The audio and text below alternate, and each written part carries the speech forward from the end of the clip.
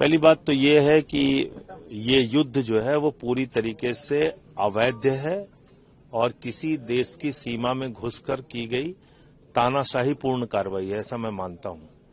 और ट्रंप और अमेरिका इस समय इजराइल इस समय वैश्विक तानाशाह के रूप में दुनिया के सामने आ रहे हैं।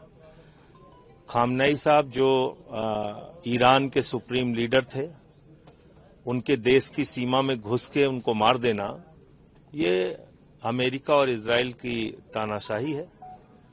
उससे ज्यादा हैरान करने वाली बात यह है कि इस पूरी घटना पे भारत के प्रधानमंत्री शोक का एक शब्द नहीं बोल पाते। ईरानी जहाज हमारे आमंत्रण पे भारत आता है 2026 युद्धाभ्यास, मिलन युद्धाभ्यास के लिए, और हमारी सीमा के करीब उसको मार देता है अमेरिका। 100 से ज्यादा लोग मारे जाते हैं और भारत का प्रधानमंत्री शोक का एक शब्द नहीं बोल पाता। ये प्रधानमंत्री की कायरता, उनके दब्बूपन और उनके डरपोक होने का सबूत है, जिससे भारत के स्वाभिमान, सम्मान और प्रतिष्ठा पर चोट पहुंची है। मैं खामनेई साहब को अपनी श्रद्धांजलि अर्पित करता हूं और ईश्वर से प्रार्थना करता हूं कि जो उनके चाहने वाले हैं उनको ये कष्ट सहन करने की ऊपर वाला शक्ति दे। सिलेंडर प्राइसेस भी बढ़ाई गई हैं सर। 60 सिलेंडर प्राइसेस इसी वजह से बढ़ी हैं। हम रूस से तेल और गैस खरीदते थे, हम ईरान से सस्ता तेल और गैस खरीदते थे। अमेरिका मोदी जी को डांट लगाता है, ट्रंप डांटता है, तुम इससे तेल नहीं खरीदोगे? वो कहते हैं हाँ जी हुजूर नहीं खरीदेंगे। इससे गैस नहीं खरीदोगे? हाँ हुजूर नहीं खरीदेंगे। तो खामियाजा तो देश की जनता को भुगतना पड़ रहा है ना, देश की जनता को भुगतना पड़ रहा है ना।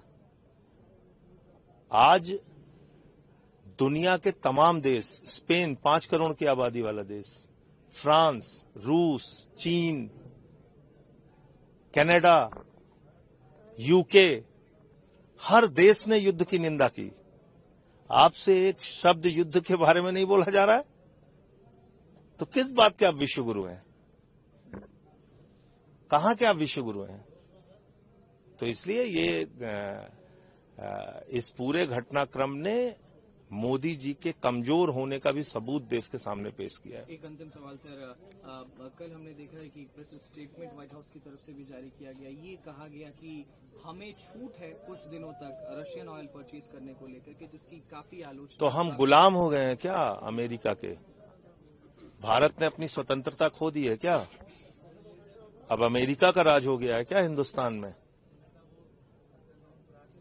बताइए आप, 200 साल तक अंग्रेजों ने इस देश को गुलाम बनाया, फिर एक अंग्रेज का राज हो गया क्या यहाँ पे?